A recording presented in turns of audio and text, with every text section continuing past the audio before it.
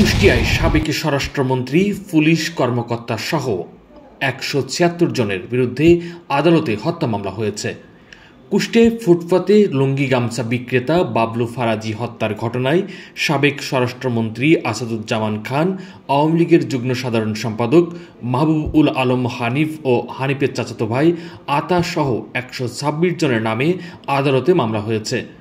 নাম উল্লেখ করে আসামিদের মধ্যে পুলিশ কর্মকর্তাও রয়েছেন। এছাড়া অজ্ঞাতনামা হিসাবে ৪০ থেকে ৫০ জনকে আসামি করা হয়েছে। নিহত বাবুল ফারাজির ছেলে সুজন মাহমুদ বাদী হয়ে সোমবার দুপুরে কুষ্টিয়ায় সিনিয়র জুডিশিয়াল ম্যাজিস্ট্রেট আদালতে এ মামলা করেন। মামলার এজাহারে উল্লেখ করা হয়েছে, বাবলু ফারাজি ফুটপাতে লুঙ্গি, গামছা ও বিছানার চাদর বিক্রি করতেন। ৫ আগস্ট বেলা ৩:৩০টার দিকে বেচাকেনা শেষে বাড়ি ফেরার পথে শহরের ৪ রাস্তার মোড়ে আন্দোলনকারী ও আসামিদের সংঘর্ষের মধ্যে পড়ে যান তিনি।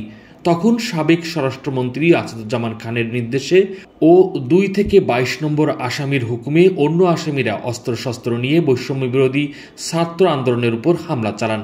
এ সময় বাবলু ফারাজিকে আন্দোলনকারী ভেবে কুষ্টিয়া মডেল থানার এসআই সাহেব আলী মাথায় গুলি করে হত্যা করেন।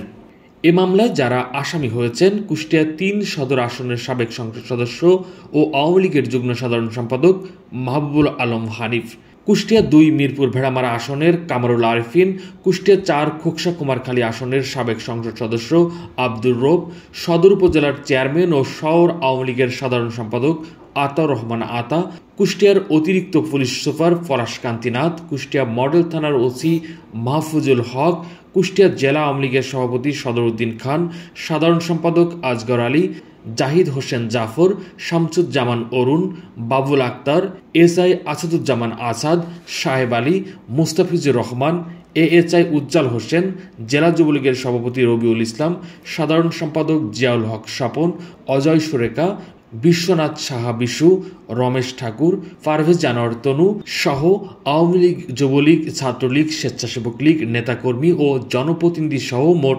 ১২৬ জনের নাম উল্লেখ করে এ মামলা দায়ের করা হয়েছে। কোহিনুর ইসলাম, নিউজ বাংলা, নিউজ ডেস্ক।